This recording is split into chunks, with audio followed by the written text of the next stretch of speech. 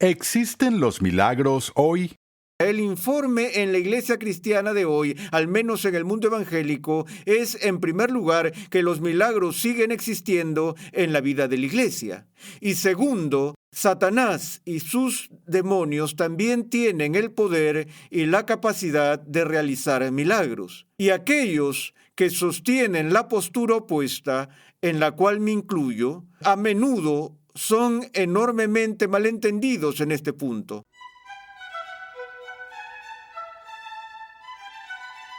En la iglesia de hoy en día existen varias controversias relacionadas con el tema de la persona y la obra del Espíritu Santo. Una de las más destacadas es la que tiene que ver con la naturaleza de los milagros modernos. En este episodio de Renovando tu Mente, continuamos con el 16º capítulo en la serie de enseñanza Fundamentos, un panorama general de la teología sistemática. En esta interesante serie, el Dr. R.C. Sproul nos muestra que las verdades de la Escritura se relacionan entre sí en perfecta armonía. En la iglesia actual, los milagros son un tema de debate. ¿Debemos esperar que se produzcan milagros en la iglesia contemporánea o los milagros cesaron al final de la era apostólica? Pasemos una vez más al salón de clases a escuchar al Dr. R.C. Sproul, mientras nos ayuda a entender la definición bíblica, el propósito y el lugar de los milagros.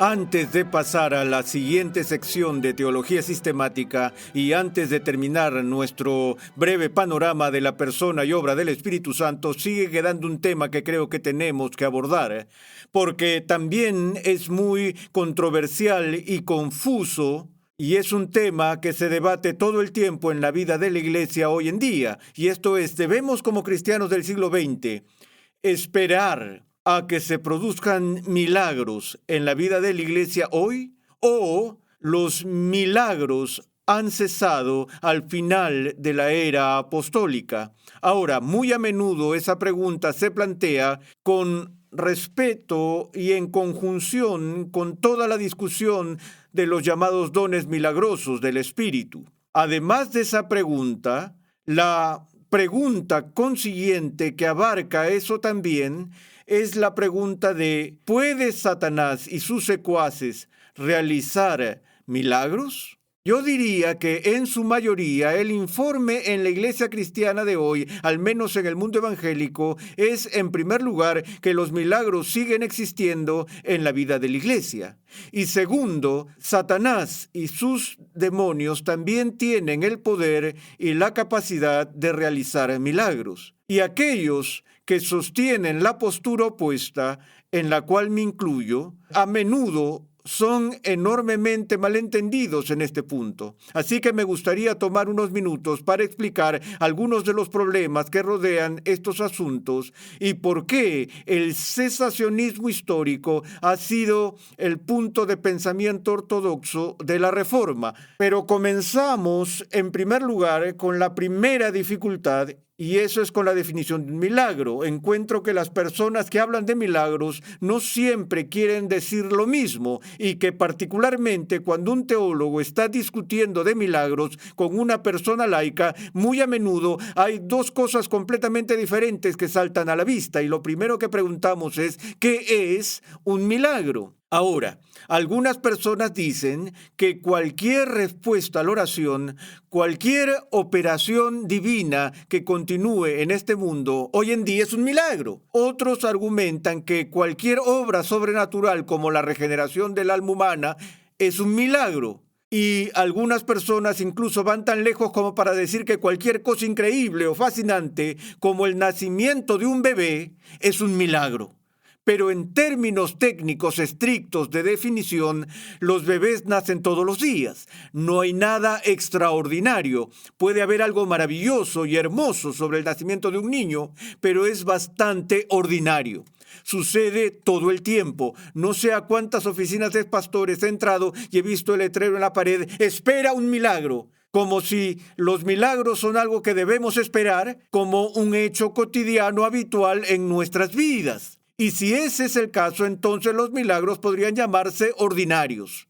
en lugar de extraordinarios. Y sin embargo, el significado de los milagros en la Escritura se encuentra en su carácter extraordinario, no en su carácter ordinario. Ahora, al mismo tiempo hay periodos en la historia bíblica donde hay una ráfaga de milagros, una enorme oleada de milagros concentrados en un periodo corto de tiempo, es decir, la vida de Jesús. La vida de Jesús presentó una abundancia de milagros. Vemos milagros que con frecuencia suceden en la vida de Moisés y más tarde en la vida de Elías. Pero, sin embargo, en la gran mayoría de los periodos de tiempo del Antiguo Testamento, los milagros estuvieron ausentes. Ellos no ocurrieron de manera consistente, diaria, anual, en décadas, sino que fueron momentos concentrados.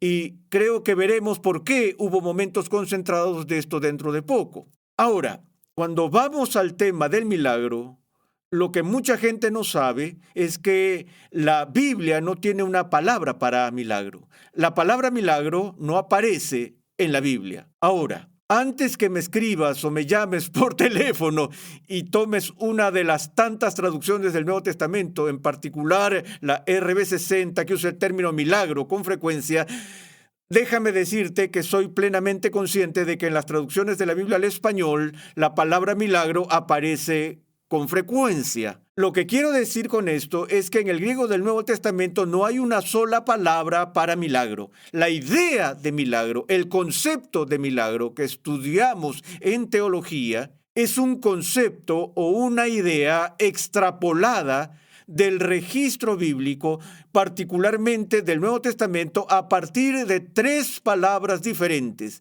Y esas palabras son señales, poderes y maravillas, porque los milagros, tal como los entendemos, son manifestaciones del poder divino. Inspiran asombro o maravilla o admiración o estupor cuando ocurren y son significativos. La palabra favorita de Juan para lo que llamaríamos un milagro es la palabra semeion, que se traduce por la palabra señal. Al leer el registro de Juan, por ejemplo, él dice, esta señal hizo Jesús en la fiesta de las bodas de Canaán, o esta señal hizo Jesús en Capernaum, y así por el estilo, y se les llamó señales. Ahora, ¿por qué se les llama señales? Bueno, las señales son algo que apuntan a algo más allá de sí mismas. Tienen aquello que llamamos relevancia. Ellas significan algo. Aquí está el quid del asunto. ¿Qué era lo que los llamados milagros, señales y poderes y maravillas del Nuevo Testamento fueron diseñados para representar? ¿A qué señalaban? Obviamente tenían un valor importante en las mismas cosas que hacían. Jesús satisfizo las necesidades del anfitrión de la boda cuando hizo vino del agua. O ciertamente satisfizo las necesidades de los enfermos cuando los curó, o de los padres afligidos cuando levantó a sus hijos de entre los muertos. Pero ¿cuál era la importancia de estas cosas? Bueno, creo que para dar una respuesta a esa pregunta, primero miremos a Nicodemo. Cuando Nicodemo vino a Jesús de noche, le dijo a él, Rabí, sabemos que has venido de Dios como maestro porque nadie puede hacer las señales que tú haces si Dios no está con él. Ahora, lo que Nicodemo decía es, debe ser de Dios porque hemos visto las señales que has hecho. Hemos visto estos poderes extraordinarios que tú has manifestado aquí. Entonces debe ser enviado por Dios. Jesús mismo dijo más tarde, créeme. Si no puedes creerme por mi palabra, créeme por las obras que hago. Ahora, para ver esto en su dimensión total, pasemos al libro de Hebreos, en el 2º capítulo, donde tenemos esta amonestación y advertencia. Por tanto, debemos prestar mucha mayor atención a lo que hemos oído, no sea que nos desviemos, porque si la palabra hablada por medio de ángeles resultó ser inmutable y toda transgresión y desobediencia recibió una justa retribución, ¿cómo escaparemos nosotros si descuidamos una salvación tan grande? La cual, después que fue anunciada primeramente por medio del Señor, nos fue confirmada por los que oyeron, testificando Dios juntamente con ellos, tanto por señales como por prodigios y por diversos milagros. Ahora, aquí el autor de Hebreos está diciendo que la verdad de la palabra de Dios, que lo que verifica que el mensaje que dan los escritores de las Escrituras es ciertamente de Dios, es confirmado o demostrado por Dios a través de la ejecución de milagros. Ahora, ese es un punto que creo que a menudo es lamentablemente descuidado y pasado por alto, porque aquí el problema. Si la Escritura dice que sabemos que esta es la palabra de Dios porque sus autores han sido autenticados y confirmados por milagros, y si luego un no agente de revelación también puede realizar milagros, ¿cuál es el problema que tenemos aquí? Si la presencia de milagros demuestra que alguien es enviado por Dios o es un agente de revelación, y un no agente de revelación realiza milagros, ¿qué pasa entonces con el valor evidente del milagro para quien dice ser un agente de revelación? Es un argumento inválido. Si otras personas pueden hacer estas cosas, entonces el hecho de que una persona las haga no puede probar nada sobre su autoridad o si ha sido enviado como vocero de Dios. Entonces, lo que está en juego en este tema es la autoridad de Cristo, la autoridad de los apóstoles y la autoridad de la Biblia misma. Recuerden cómo comienzan los milagros en el Antiguo Testamento con Moisés. Moisés es llamado por Dios en medio de la zarza ardiente para ir a Faraón, y no solo para ir a Faraón, sino también para ir al pueblo de Israel y decir: ven conmigo, nos vamos. Y Moisés se tambalea ante esta orden y dice: ¿cómo voy a saber?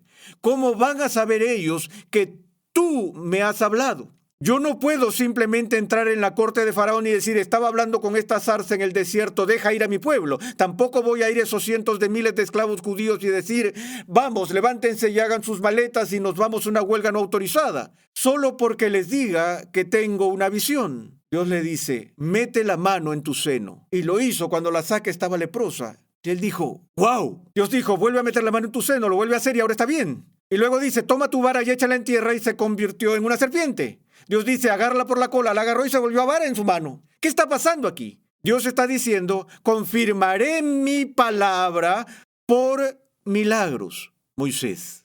Así es como demostrarás que eres mi vocero y que te he mandado a que hagas estas cosas. Y esto se convirtió en un problema en el siglo XVI, cuando estalló la controversia más grande y férrea sobre la naturaleza y la verdad del Evangelio en el mundo cristiano entre los seguidores de Lutero y los reformadores y la Iglesia Católica Romana. Toda la disputa fue sobre qué es el Evangelio. Uno de los argumentos que Roma utilizó contra los reformadores fue este. Ellos dijeron: tenemos milagros en nuestra historia, y esos milagros demuestran la verdad de la Iglesia Católica, y desafiaron a Lutero y desafiaron a Calvino diciendo: ¿dónde están tus milagros? ¿Cómo puedes autenticar la verdad de tus afirmaciones si no tienes milagros? Ahora, fíjate que los reformadores no dijeron a los críticos romanos: oye, escucha, estás operando con la comprensión equivocada de la importancia de los milagros. Ellos comprendieron el significado de los milagros. Ellos dijeron: tenemos milagros que prueban nuestra enseñanza y están registrados en el Nuevo Testamento. Decimos: aquí está la autoridad, y la autoridad de los apóstoles es lo que ha sido probado por milagros, no por tus falsos milagros que estás reclamando en tu iglesia. Ahora, cualquiera puede reclamar un milagro, pero solo uno que Dios ha probado que es su vocero tiene ese poder real para hacerlo. Es por eso que es tan serio en estos días cuando tienes gente por todas partes que dice realizar milagros. Incluso anunciarán un servicio de milagros. Ellos dirán de antemano: tú ven y vamos a hacer milagros. ¿Son apóstoles? ¿Son profetas? Bueno, si están haciendo milagros en el sentido bíblico, tendríamos que concluir que sus enseñanzas son ratificadas, autenticadas y respaldadas por Dios mismo, o que tales obras no autentican la verdadera enseñanza apostólica. Y si ese fuera el caso, entonces la afirmación bíblica para ellos se vendría abajo. Entonces, tenemos un verdadero problema aquí. Bueno, el problema es este. Como dije, ¿qué es un milagro? Por esta razón, los teólogos han sido muy cuidadosos en dar una definición muy limitada y estrecha del milagro. Y tal vez nos ayude, mientras luchamos con esto, a hacer la distinción entre milagro en el sentido estricto y milagro en el sentido amplio. Si nos referimos al milagro en el sentido amplio de la actividad sobrenatural continua de Dios en la vida de su pueblo, la respuesta a nuestras oraciones, el derramamiento de su espíritu, el cambio de almas y todo eso, diríamos ciertamente que eso continúa hasta nuestros días. Si definimos el milagro en el sentido estricto, como lo han hecho los teólogos, con definiciones como esta, un milagro es una obra extraordinaria realizada por el poder inmediato de Dios en el mundo perceptible externo, el cual es un acto contra la naturaleza que solo Dios puede hacer, como sacar vida de la muerte o algo de la nada. Ahora, la mayoría de las personas que afirman los milagros actuales no llegan a afirmar el tipo de milagros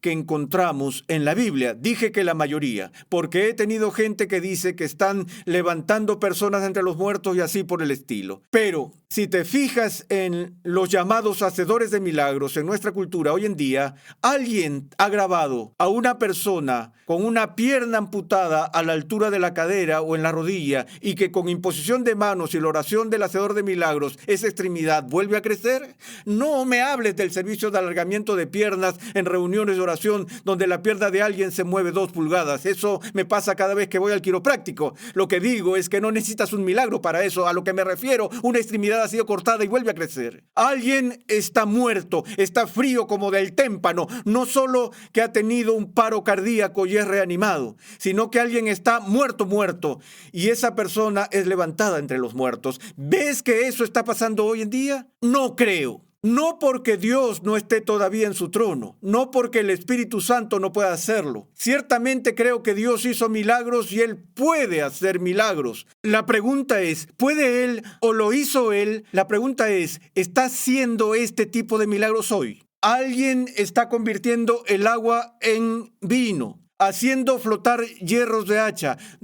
desafiando realmente las leyes de la naturaleza de la manera en que Jesús y los apóstoles realizaron sus milagros. Creo que casi tienes que hacer algún tipo de distinción aquí entre la calidad de los milagros que están reclamando hoy los hacedores de milagros y los milagros que encontramos en las Escrituras.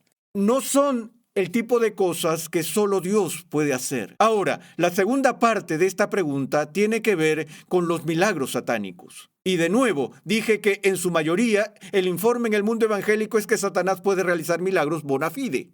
Ahora, ¿por qué la gente dice eso? Porque estamos advertidos en las Escrituras contra las estratagemas hábiles de Satanás, que realiza señales y maravillas falsas. Vemos las acciones extraordinarias que hicieron los magos de Egipto, por ejemplo, en su competencia con Moisés. Y por lo general se explica en términos de poder demoníaco e influencia sobre ellos. Bueno, este es el problema. Si Satanás puede realizar un milagro bona fide, entonces, ¿cómo sabemos que la Biblia es la palabra de Dios? ¿Y cómo sabemos que Jesús es el Hijo de Dios?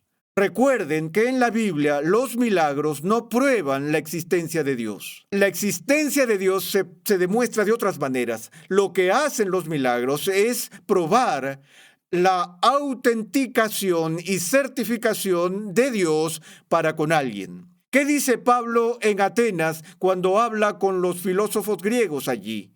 Cuando habla de los tiempos de ignorancia que Dios había pasado por alto, pero ahora manda a todos los hombres de todas partes que se arrepientan y vengan a Cristo, porque Dios ha declarado un día en el que juzgará al mundo por aquel a quien Él ha confirmado por la resurrección de los muertos. Aquí el apóstol dice que Cristo es confirmado como el Hijo de Dios por su resurrección. ¿Y si Satanás puede hacer milagros? ¿Cómo sabemos que Satanás no trajo consigo la resurrección? Y eso es algo terrible aún de solo pensarlo, me doy cuenta de eso. Pero ¿cómo sabes eso? ¿Cómo sabes que no fue Satanás quien permitió a Jesús hacer todas las obras que él hizo? No olviden que esa fue exactamente la acusación que los fariseos hicieron contra Jesús, de que él estaba haciendo estas cosas por Belcebú, por el poder de Satanás. Tal vez el mayor truco de Satanás es alejar a la gente del monoteísmo puro, sin matices, y dirigirlos a la idolatría, consiguiendo que adoren a un hombre. Y su mayor truco para lograr que adoren a un hombre fue darle a este hombre todo tipo de poderes para realizar milagros y luego levantarlo entre los muertos. En otras palabras, toda la iglesia cristiana ha sido fabricada por Satanás. ¿Por qué no crees eso? Bueno, no lo creo porque no creo que Satanás sea Dios y no creo que Satanás pueda hacer cosas que solo Dios puede hacer. Y sé que la Biblia dice que Satanás puede realizar señales falsas y se pregunta si es posible incluso engañar a los elegidos. ¿Qué es una señal falsa y un prodigio falso? ¿Es un milagro verdadero, una señal verdadera o una maravilla verdadera que se ha hecho en nombre de una mentira? ¿O es un prodigio falso, una señal falsa, no un milagro auténtico bona fide, sino más bien una falsificación? Sabemos que Satanás es más sofisticado que cualquier ser humano. No tiene el poder de la creación, él no tiene el poder que solo Dios tiene, él no tiene el poder sobre la vida y la muerte y este tipo de cosas, no tiene el poder de las leyes de la naturaleza, pero es más sofisticado que nosotros. Y vemos a nuestro alrededor todos los días que la gente hace mucho dinero siendo magos muy tramposos. La buena noticia en nuestra cultura es que los magos famosos de nuestros días no dicen estar haciendo milagros. Ellos dejan en claro que están haciendo un juego de manos y que son hábiles y expertos en las cosas que hacen. No dicen estar haciendo magia. En el mundo antiguo eso era diferente. Los magos de la antigüedad afirmaron tener poderes sobrenaturales, afirmaron estar haciendo magia cuando todo lo que estaban haciendo eran trucos. Y lo vemos en la competencia entre Moisés y los magos de la corte de Faraón. Trajeron toda su bolsa de trucos para competir y en un periodo muy corto de tiempo se agotaron. Y Moisés siguió adelante, porque Moisés no era un mago. Él era uno ungido por el poder de Dios para hacer cosas que ningún mago puede hacer. De la misma manera, Satanás puede ser muy inteligente y engañar a la gente, pero no le des la capacidad de hacer cosas que solo Dios puede hacer. No puede hacer un milagro verdadero en el estricto sentido de la palabra.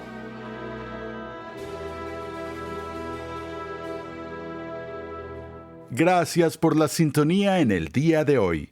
Esperamos que estés siendo bendecido por esta serie de enseñanza que hemos titulado Fundamentos, un panorama general de la teología sistemática.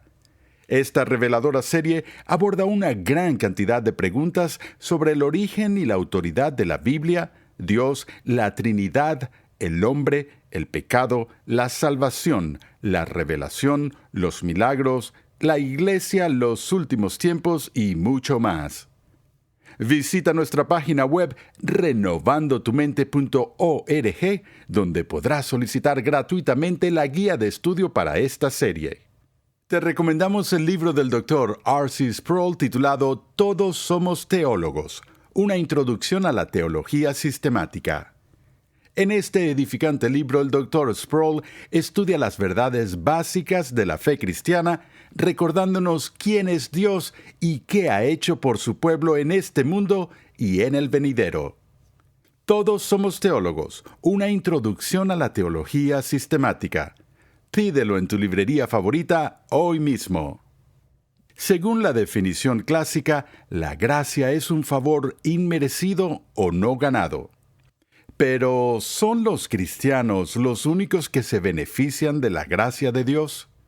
En el siguiente episodio de Renovando tu Mente, el Dr. Sproul explica que todas las criaturas de Dios disfrutan de las bendiciones procedentes de su mano, incluso sus enemigos.